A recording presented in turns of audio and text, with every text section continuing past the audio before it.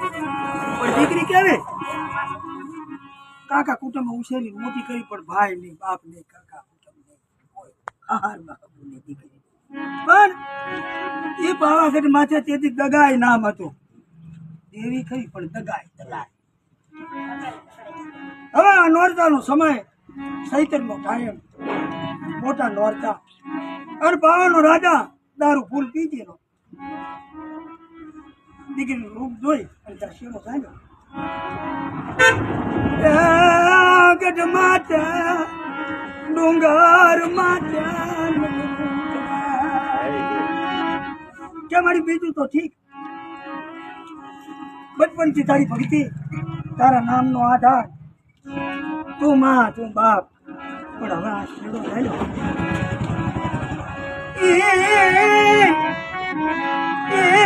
મોટી મા બાપ વડી મારા હારમાં એને દેવી જ્યાં દીકરીનો અવાજ સાંભળે એટલે ડુંગર હેઠી ઉતરી હેમાળા બાજુ હાલતી થઈ. કોણ? દગા. હવે આ જ ગામની અંદર હોલીડા નામનો દેવી પૂજક મારે વેણા સંતર રાખે. વેણા સંતર લઈ બધી રાતનો સમય થાય, ઉભો થાય, પણ મઠમાં જો દેવી દેખાય નહીં. ઘરના ના ઉભા કરા તેથી ઇતિહાસમાં કહે છે 20 વર્ષની ઉંમર હતી તેની હોનીડા માંગે હરદોબન હતું, ફાટ જવાની.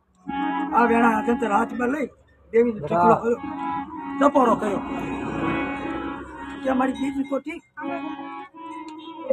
બ્રાહ્મણની દીકરી મારી બેન છે, એ એકલ છે, હું એ એકલ છોકરો. હા ભાઈ જો તું હેમાળે જતી રે તો પાવાગઢની અંદર એટલે પોતાના અર્ધાંગની જે હતી સ્ત્રીને કીધું કે હવે જેથી મારી દેવી પાવામાં આવે ને તેથી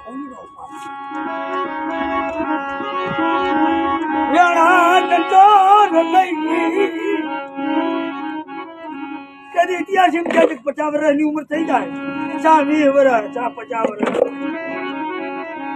છેલ્લે દેવી ના માલિક રહે